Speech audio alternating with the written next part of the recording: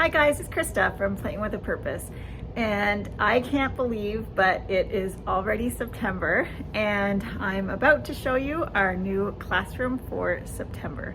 If you're new here, my name is Krista and I'm a childcare provider for up to 5 children, and on my channel you'll find tips and tricks, all things related to childcare, shopping hauls, and the odd family vlog. In the summer months, I don't usually put out my sensory table because we're outside almost all summer long. We spend very little time inside the classroom, but as the seasons change, we definitely spend a little more time indoors. So to get started, I'm going to show you what I have in my sensory table. So I just want to keep it super simple. I have a couple of new children, and so we just want to get used to the materials inside the classroom. But I put out some kinetic sand and just some letter molds. I find these letters work really well in the kinetic sand, and so the children are using those fine motor muscles to push the letters into the sand. And if I find after a week or two that the children are not as interested in the materials, I'll just take the letters out and change the materials inside, but I'll still keep the kinetic sand in for the whole month. So moving into the classroom, I have our giant rocker out. And then at the writing center, again, I want to keep things really simple at the beginning of the year. So here I have each of the children's names with their pictures on it. And then I have some magnetic letters, and then they can use the tray, and then they can just grab their name, and then they can look for the letters to spell their name. I also have these different activities that they can use. I got these ones from Learning with Miss Langley, and this is an alphabet sort by color, so the children can just grab a letter and sort by the color. So this activity is great because it actually gives the children an opportunity to sort, but also exposes the children to letters. And then this one here are these letters in my name. So for the younger children, some of them may need to refer back to the printout. And then the last one, they just need to match the letters like that. Moving over to our science table, I have our light table out, and I put out the alphabet construction. These are the different pieces that they'll need to build the upper and lowercase letter A.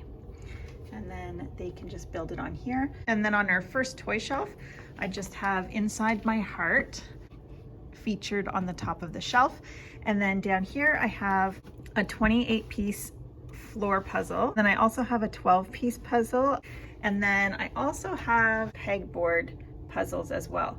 I just think it's a really good idea. I say this in most of my videos, to have an assorted skill level of puzzles so that the children have lots of opportunity to practice, and that way you're scaffolding their learning.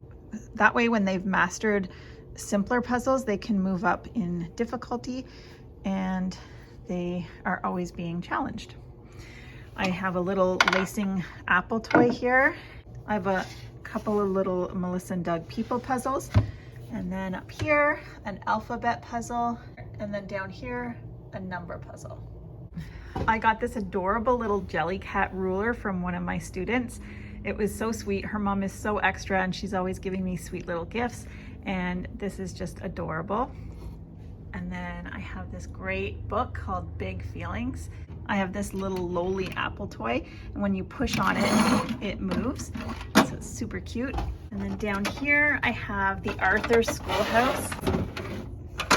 I always feel like this is so nostalgic because my own children played with this when they were young. And so it has all the little characters. There's Buster and Arthur. And then we have the Schoolhouse. And there's a little school bell at the top. There's also some playground equipment. Over here, I have a basket full of self-correcting wooden letters. All the letters stack from the bottom to the top. And the way this works is these little knobs will only fit the next letter if it's the correct one. So I love that it's self-correcting. And then I have the learning resource apples here, so the children can practice sorting by attributes. So it can be sorted by color, or it can be sorted by size. I also have a couple of buses here. I still love taking out my Fisher-Price bus because it does have the wheelchair in it, which I love. And then I also have this little Melissa and Doug wooden bus. Over in my circle time area, I pulled out some of our fun pillows for the fall, and then we have all new books to read. So this month we're going to be doing all about me, and under that one big theme, we're going to be talking about family, we're going to be talking about emotions and five senses and all sorts of things. And so I'm going to have to rotate my books because I have so many great books for these themes. So I'm gonna have to change my bookshelf every week this month, but I didn't want to pass up on some of these great books. I haven't had a chance yet to pull out some of my felt stories, but I do have feelings flashcards that we'll be talking about during Circle. And then I also have some different instruments and shakers in here. And then of course I like to keep my parachute handy. And then these are the books that we're going to be changing out throughout the month. And then over in our block center, we have our wooden letter blocks. I have a couple of buses. I also have these blocks that I added die cut apples to. So later on when we talk about apples, we can do 10 apples up on top. So this is a class book, and each year we add to it and put our new students in it. So this is always super special. On our magnet board this month, we have the Chicka Chicka Boom Boom tree. I got this really clever idea from Play to Learn Preschool. I just thought it was so cute. So you have the letters of the children's names with their name on it. So it's a great way to add environmental print again in your classroom. And then we just have our kitchen set up, really simple, with 2 place settings.